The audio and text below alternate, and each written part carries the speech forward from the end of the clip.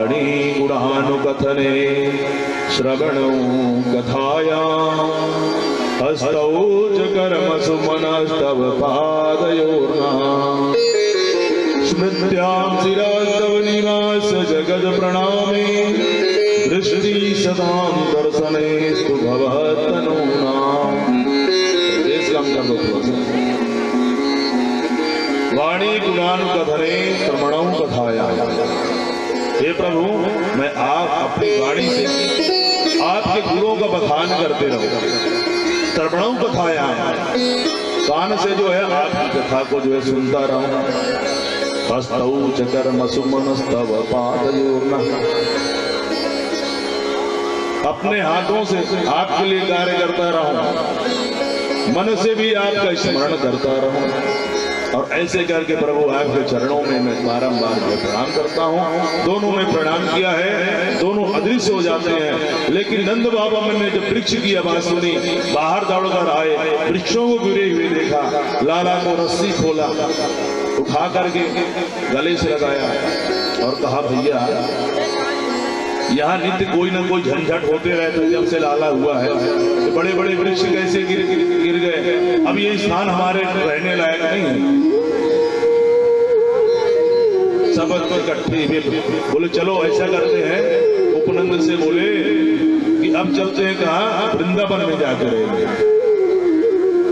सब सभा में पारित हो गया, सब तैयार हो जाते हैं अपने गाड़ी में, सब अपना गाड़ी में पूरे घर का सामान रख लिए। दिव्य स्थान है वृंदावन, वृंदावन जाने के लिए सभी तैयार हो जाते हैं। आइए भजन करते हैं और वृंदावन की ओर चलते हैं। जिस भजन को गाएगा, वृंदावन न गया होगा, वृंदावन जाने का पुण्य उसे मिल जाएगा। वैसे तो वृंदावन कितने लोग गए हैं, हाथ ऊपर करेंगे। सब लोग गए हैं। अगली बार जब हम दोबारा कथा करने आए, सबसे हाथ उठना चाहिए। बोलिए राधे राधे। जब भी आए राधे राधे।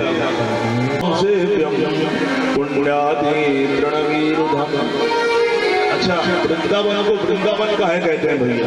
वृंदा प्लस वन मतलब वन है। वृंदावन मतलब तुलस्या वनम वृंदावनम, जो तुलसी का वन हो उसे क्या कहते हैं, वृंदावन। दूसरा अर्थ हो गया भक्त्या नाम समूह नाम वनम वृंदावन, जो भक्तों का समूह हो उसे कहते हैं वृंदावन। राधिकाया सेविका वनम वृंदावन, जहाँ राधिका जी जो है रमण करती हो और राधे राधे होता हो, वो स्थान क्या है, वृंदावन। ऐसे दिव्य स्थान में माधव आज गए हैं, दिव्यता का अवलोकन किया है। यमुना का पावन पुलिन है, गोवर्धन है, सब देख करके भगवान प्रसन्न हो जाते हैं। आज भगवान की उम्र कितनी है, 4 वर्ष के कन्हैया हैं। कितने, 4 वर्ष के। जैसे गोवर्धन की हरियाली को देखा, भगवान कहे, भैया हम भी गैया चराने जाएंगे।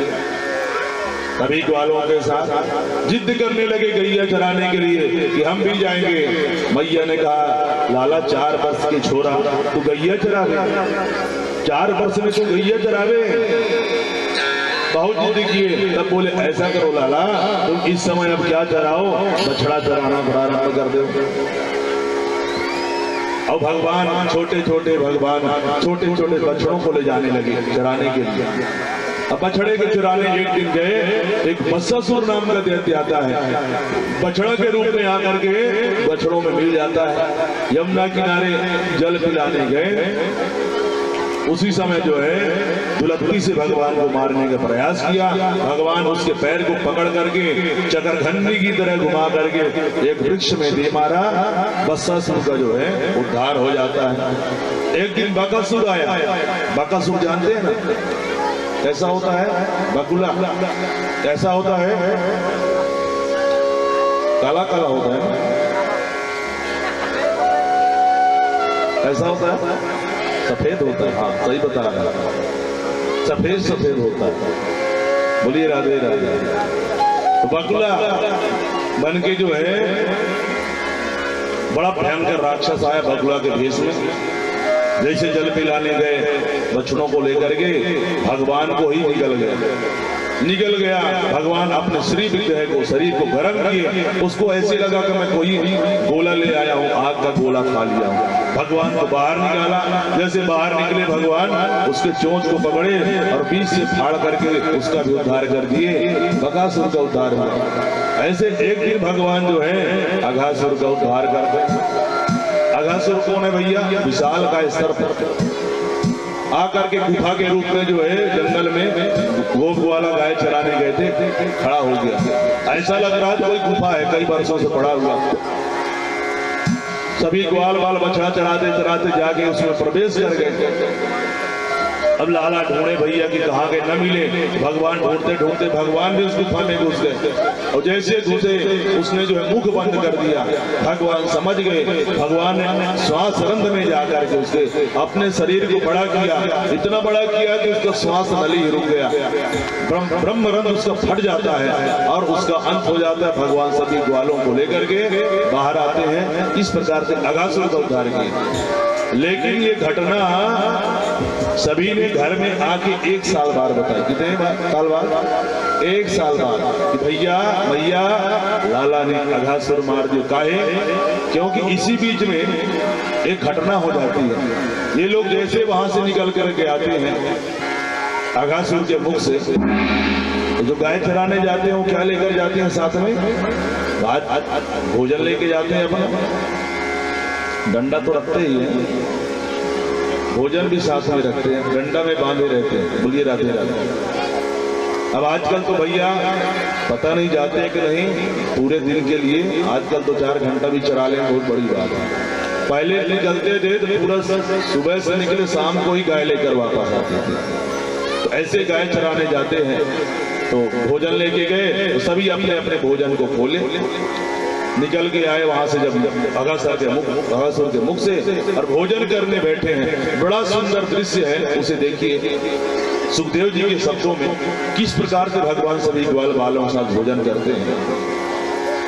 सुखदेव जी के शब्दों में पहले श्रवण करेंगे कि बिभ्रद वेणु जठर पटयो सिंह देत्रेक चकक्षे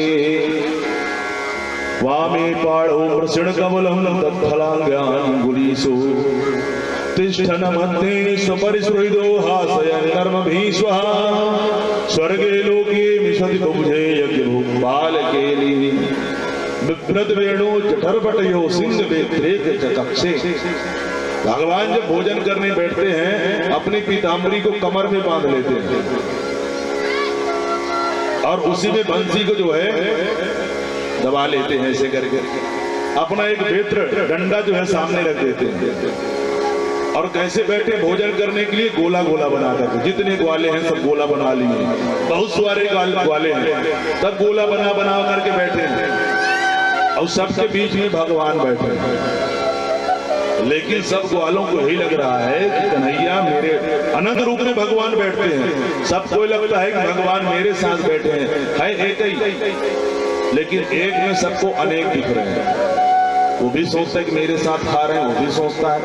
भगवान करपात्री बन के इस हाथ में दही बात रख लेते हैं, सिर्फ सबसे किसी से मांग लेते, दे भैया क्या अचार अपना लेके आए हो, तुम्हारे अचार का हम करेंगे प्रचार है, अपना लड्डू लेके आओ, क्या लड्डू लाए हो, सबसे मांग करके सबका जूठा खूटा लेकर के प्रेम से खा रहे हैं। ये दृश्य जो है स्वर्ग से देवी देवता ऊपर से देखे कि अरे काना फूसी करने लगे, ये कैसे भैया इसको कहते कि भगवान है, ये ग्वाल बाल से जूठा खूटा खा रहे, कहीं भगवान है, ऐसे होते भगवान।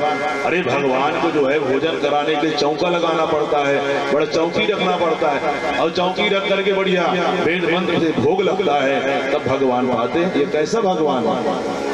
ब्रह्मा जी ने ये बात सुनी, ब्रह्मा जी को लगा भाई ये बात तो ठीक कह रहे हैं, इनके बात में जो है कुछ तो है। ब्रह्मा जी के लिए अपने सिर खुजलाने लगे और सिर खुजलाते खुजलाते गए। उनके जितने बछड़े इधर उधर चल रहे थे, कुछ ग्वाल बाल इधर उधर जो थे, उनको चुरा करके ले गए। ब्रह्मा जी ने भगवान की भगवत्ता को देखना चाहा, अब भगवान तो भगवान है भैया, ले गए। भोजन करते करते एक वाले ने बताया लाला उधर बछड़ी इत्यादि कुछ नहीं दिख रहे हैं। भगवान भोजन करते करते ही दौड़े, अब मच गए। तो ब्रह्मा जी का काम है, भाई ब्रह्मा जी का जब काम है तो सोचे तो जिस विषय का विद्वान हो उसी विषय में उसी भाषा में उसको उत्तर देना चाहिए। ब्रह्मा जी क्या करते हैं? सृष्टि करते हैं। भगवान क्या करिए? सृष्टि करते हैं। कैसी सृष्टि? यावद पश्यप वत्सकाल भगवपुर यावद कराधिकम यावद यष्टि विषाण वेणुतल से यावद विभूषांबरम यावद शील गुणाभिधाकृतवयो यावद विहारादिकं सर्वं विश्वमयं गिरोंगवदजः सर्वस्वरूपौ भरौ सर्वस्वरूपौ बभौ। जितने यावद वत्सप वत्स काल पकवपुर यावद कराधिकम, जिसने ग्वाल बाल चुराए के ले गए थे वैसे ही बना दिए, कपड़े लत्ते वैसे पहने हैं, वैसे लाठी डंडा रखे। भगवान बने रहे, आते रहे, घर जाते रहे। एक वर्ष बाद जब दाऊ ने कुछ इन बछड़ों का, इन ग्वालों का विचित्र व्यवहार देखा, तब उनको समझ में आया भाई गाय चराने ग्वाल बाल जाते थे, अलग अलग दूसरे तरफ जाते थे, बछड़े दूसरे तरफ जाते थे, लेकिन एक तरफ गाय बछड़े एक तरफ चले गए। गायों ने बछड़ों को देखा तो गाय जो है रंभाने लगी, बछड़े भी चिल्लाने लगे और बड़े बड़े पर्वतों से आकाश मार्ग से गाय सीधे बछड़ों के पास आ गई उड़ते हुए।